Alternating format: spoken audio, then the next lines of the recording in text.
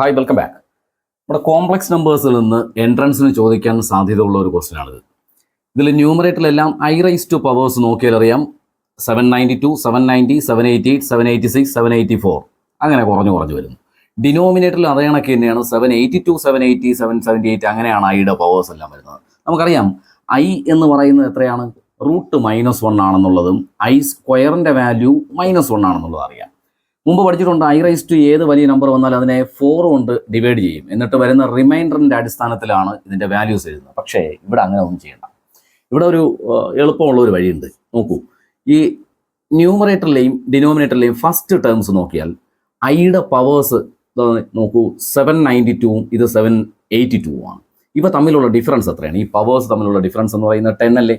അത് തന്നെയായിരിക്കും ഈ ടേമുകൾ തമ്മിലുള്ള ഡിഫറൻസ്, ഈ ടേംസിൻ്റെ പവേഴ്സ് തമ്മിലുള്ള ഡിഫറൻസ് എല്ലാം സെയിം ആയിരിക്കും അല്ലേ? അപ്പോൾ ഹയർ പവറുകളുള്ളത് 792 അതൊക്കെ അല്ലേ ന്യൂമറേറ്ററുള്ളതല്ലേ?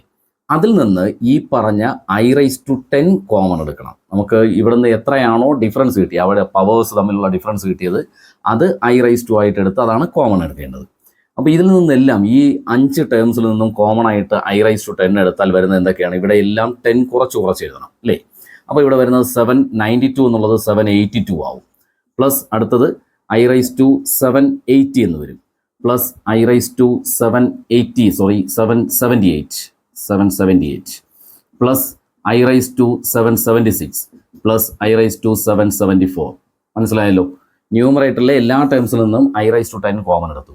അപ്പോൾ ഡിനോമിനേറ്റർ എന്ത് വരുന്നു? ഡിനോമിനേറ്ററിലുള്ള അത് തന്നെയാണ് എഴുതേണ്ടത്, അത് വേറെ മാറ്റങ്ങളൊന്നുമില്ല. 782 plus I raise to 780 plus I raise to 778 plus I raise to 776 plus I raise to 774.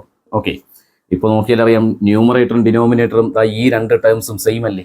Cut ചെയ്ത് പോയാൽ ഇനി ബാലൻസ് ഉള്ളത് ഐ റൈസ് ടു 10 ആണ്. ഈ I raise to 10നെ I square the whole raise to 5 A raise to M the whole raise to N A raise to M into N അങ്ങനെ 10 കിട്ടും. അപ്പോൾ I സ്ക്വയറിൻ്റെ വാല്യൂ നമുക്കറിയാം -1 ആണ്. റൈസ് ടു 5 1 റൈസ് ടു ഏത് number വന്നാലും 1 തന്നെയാണ്. Negative raise to ഒരു ഓഡ് നമ്പർ വന്നു കഴിഞ്ഞാൽ നെഗറ്റീവും, നെഗറ്റീവ് റൈസ് ടു ഈവൻ ആണെങ്കിൽ പോസിറ്റീവാണ്. ഇവിടെ ഓഡ് നമ്പർ അല്ലേ, അപ്പം -1 തന്നെയാണ് വരുന്നത്. അപ്പോൾ ഇതിൻ്റെ കറക്റ്റ് ഓപ്ഷൻ ഏതാണ്? -1 ആണ്. ബി എന്നുള്ള ഓപ്ഷനാണ് കറക്റ്റ് വൺ. ഈസി അല്ലേ ഇത്?